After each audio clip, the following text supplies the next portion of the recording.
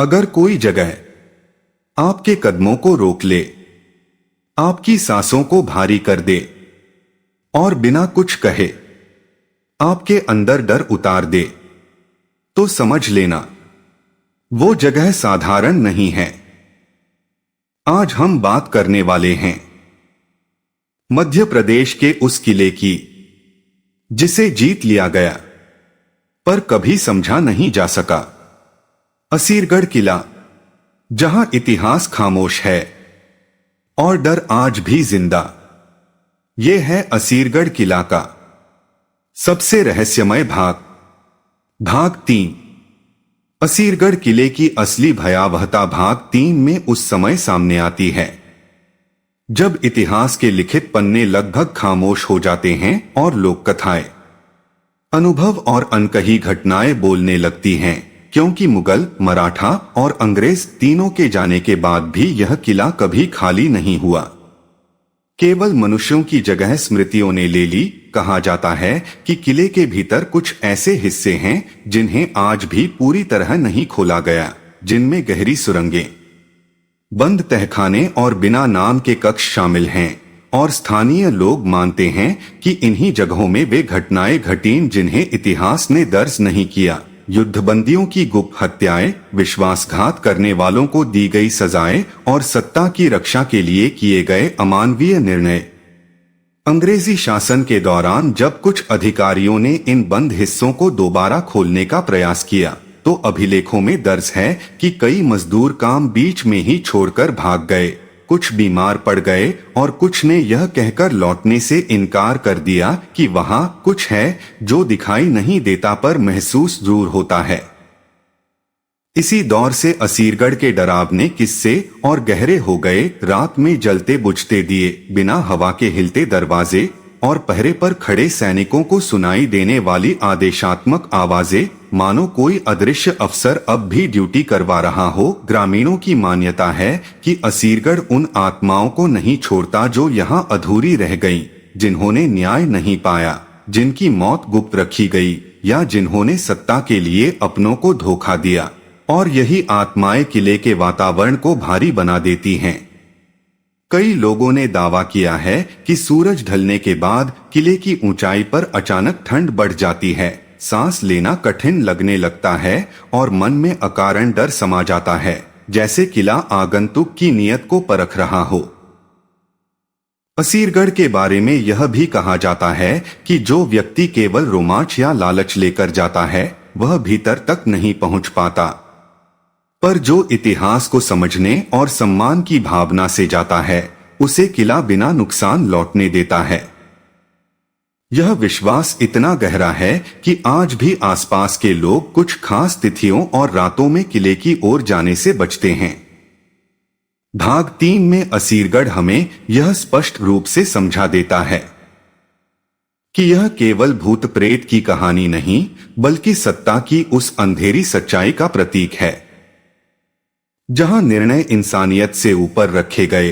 और शायद इसी कारण यह किला आज भी पूरी तरह शांत नहीं हो सका। असीरगढ़ का डर अचानक नहीं आता, वह धीरे धीरे मन में उतरता है, सवाल खड़े करता है और यह एहसास दिलाता है कि इतिहास सिर्फ गौरवगाथा नहीं, बल्कि उन लोगों की चुप चीखें भी हैं जिनके नाम कभी दर्ज नहीं हुए।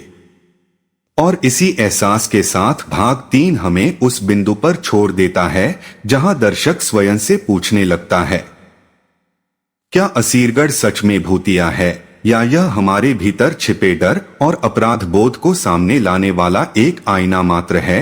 और शायद यही कारण है कि सदियों बाद भी असीरगढ़ किला खंडहर होते हुए भी जीवित है, बोलता है और हर आने वाले से चुपचाप कहता है, इतिहास को सिर्फ देखो मत, उसे महसूस भी करो।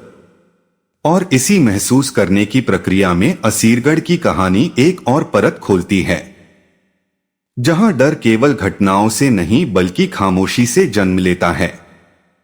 क्योंकि कई बार यहां कुछ भी नहीं होता, न आवाज न परछाई, फिर भी मन यह मानने से इनकार कर देता है कि सब सामान्य है।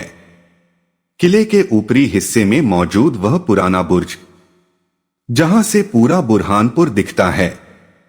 लोकमान्यता के अनुसार सबसे भारी स्थान माना जाता है, क्योंकि कहा जाता है कि यहीं से कई शासकों ने ऐसे आदेश दिए जिनके परिणाम निर्दोष लोगों की मौत बने, और शायद इसी कारण यहां खड़े होते ही लोगों को सीने पर दबाव, सिर में चक्कर और आंखों के सामने धुंध छाने का अनुभव होता है। कुछ इतिहास प्रेमियों ने यह भी दर्ज किया है कि रात के समय कैमरे और रिकॉर्डिंग उपकरण अचानक काम करना बंद कर देते हैं,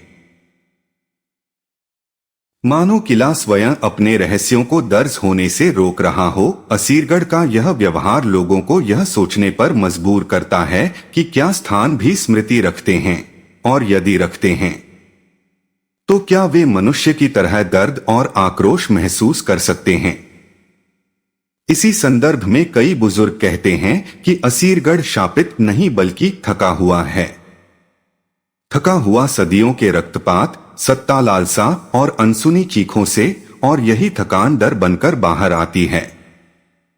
भाग 3 का यह आगे बढ़ता अध्याय हमें यह भी दिखाता है कि समय चाहे कितना बदल जाए, इंसान की प्रवृत्तियां नहीं बदलती, क्योंकि आज भी जब लोग यहां आते हैं तो कुछ खजाने की तलाश में, कुछ रोमांच के लिए और कुछ केवल कहानी बनाने के लिए आते हैं। पर असीरगढ़ हर बार वही करता है, वह इंसान को उसकी नीयत के सामने खड़ा कर देता है। जो केवल सनसनी चाहता है उसे खालीपन मिलता है, और जो समझ चाहता है उसे मौन में छुपा अर्थ। और यहीं आकर असीरगढ़ की कथा एक डरावनी कहानी से आगे बढ़कर एक चेतावनी बन जाती है कि इतिहास से खिलवाड़ करने वाले अंततः उसी इतिहास के बोझ तले दब जाते हैं।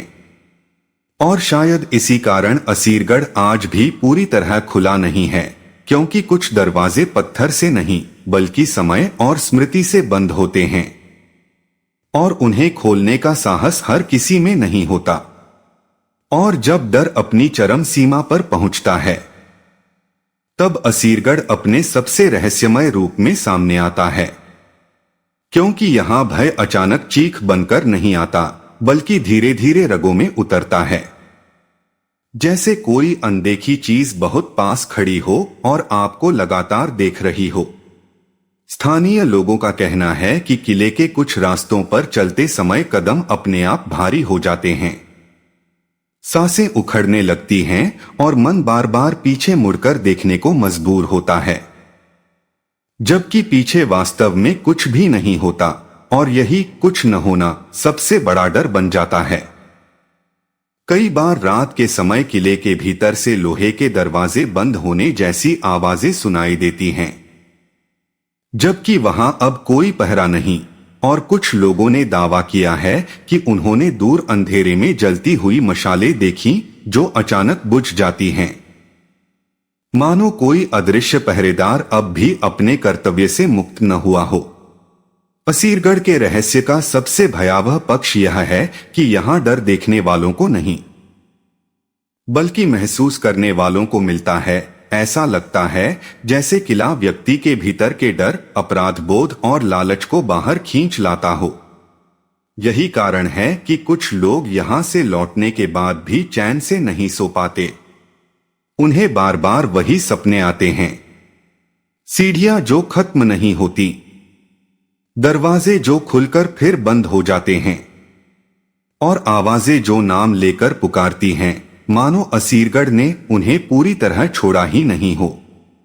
कहा जाता है कि यह किला किसी को नुकसान पहुंचाने की कोशिश नहीं करता, बल्कि केवल यह याद दिलाता है कि सत्ता और हिंसा से बने स्थान कभी पूरी तरह शांत नहीं हो सकते। और शायद यही वजह है कि असीरगढ़ का डर सदियों बाद भी जीवित है, एक ऐसा डर जो आंखों से नहीं दिखता पर आत्मा तक उतर जाता है, और अंत में यह सवाल छोड़ जाता है कि क्या सच में किला भूतिया है, या फिर असली भूत वे यादें हैं जिन्हें समय कभी दफन नहीं कर पाया।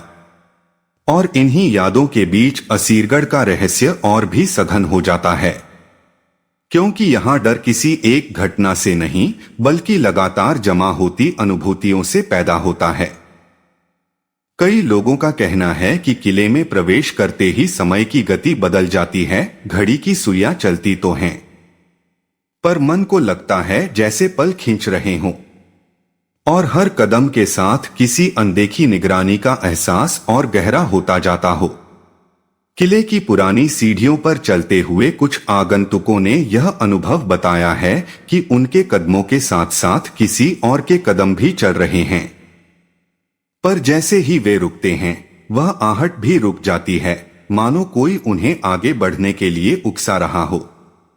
असीरगढ़ के तहखानों को लेकर डर और रहस्य सबसे अधिक गहरे हैं, क्योंकि लोक कथाओं में कहा जाता है कि यहाँ कैदियों को इस तरह रखा जाता था कि दिन और रात का अंतर मिट जाए, और शायद इसी कारण आज भी इन स्थानों में घुसते ही मन पर अजीब सा बोझ आ जाता है, जैसे दीवारें कुछ कहना चाहती हों पर शब्द न मिल पा रहे हों। कुछ स्थानीय कथाएं यह भी कहती हैं कि बरसात की रातों में किले की चट्टानों से टपकता पानी केवल पानी नहीं होता, बल्कि उसमें इतिहास की वह नमी घुली होती है जो बीते अत्याचारों की गवाही देती है, और यही दृश्य देखने वालों के मन में एक अजीब सा भय जगा देता है।